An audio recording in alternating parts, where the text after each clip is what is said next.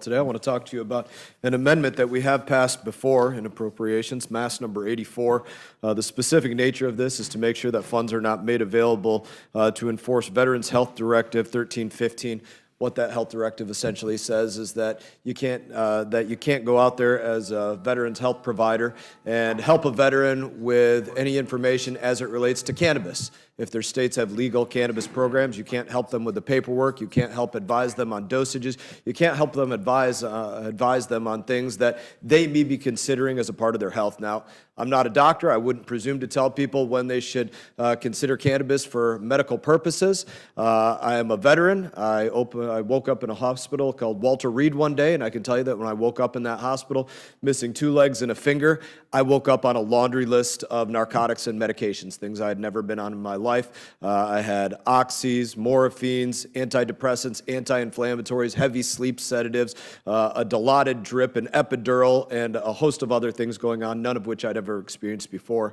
When I became awake and cognizant, I immediately started to wean myself off of all of those things, and within about 6 months, I was off of those narcotics and drugs. What I can tell you about that is, even though I was able to get myself off of those in about 6 months, when I went from the lowest amount to nothing, the lowest amount of the last narcotic, which was oral morphine, to nothing, for probably 2 months, I went through the gambit of withdrawal symptoms, from my food and everything going through me to being up at all hours of the night to probably being the most irritable person beyond what I am right now. And it was nasty. It was painful. I couldn't imagine the effect that these narcotics have on some people that have been on them for years. But the point of this is to say there are alternatives out there.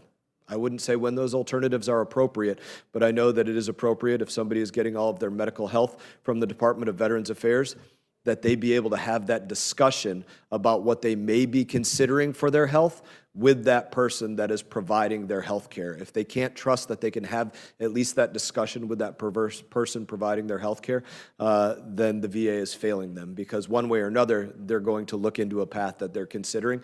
It would be much better if they look into that path under the directive of their doctor. And so that's what my amendment is about, number 84, just making sure that those doctors have the ability to not be prohibited from speaking to those veterans about something that they may be otherwise considering for legal programs in their state. Thank you for your consideration, and I look forward to answering any questions.